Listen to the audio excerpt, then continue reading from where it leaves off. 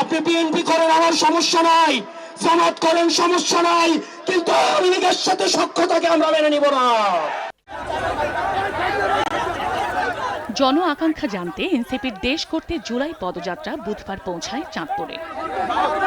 Milestone school and কলেজে বিমান বিধ্বস্তের ঘটনায় শহরের সার্কিট হাউস থেকে কালো পতাকা নিয়ে জাতীয় নাগরিক পার্টির শোক মিছিলে যোগ দেন দলের কেন্দ্রীয় ও স্থানীয় নেতাকর্মীরা। পরে মিছিলটি শহরের বাসস্ট্যান্ড এলাকায় সমাবেশস্থলে গিয়ে শেষ হয়।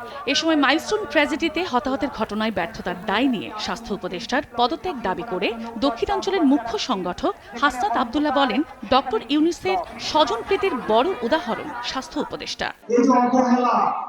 এর দায়ভার এই বাহিনীকে অবশ্যই দিতে হবে। ডক্টর মোহাম্মদ ইউনূসের স্বজনপ্রীতির সবচেয়ে বড় এক্সাম্পল হচ্ছে স্বাস্থ্য উপদেষ্টা।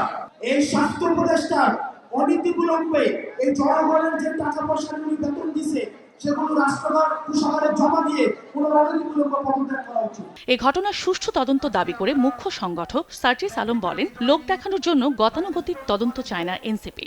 এই সরকারকে, এই দেশের বিচার বিভাগকে এই ঘটনার তদন্ত সাপেক্ষে সুষ্ঠু বিচার নিশ্চিত করতে হবে এবং সেই দায়িত্ব এই সরকারকে নিতে হবে।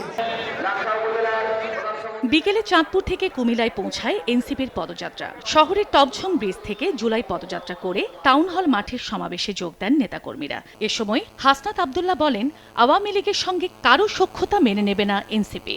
আমরা দেখেছি গতকাল যখন ঢাকায় আগুনে পুড়ছে তখন সেখানে আওয়ামী লীগ আসছে আলু পোড়া দিয়ে খেতে। আপনি বিএনপি করেন, আমার সমস্যা নাই, জামাত করেন, সমস্যা নাই, কিন্তু আওয়ামী লীগের সাথে সখ্যতাকে আমরা মেনে নিব না।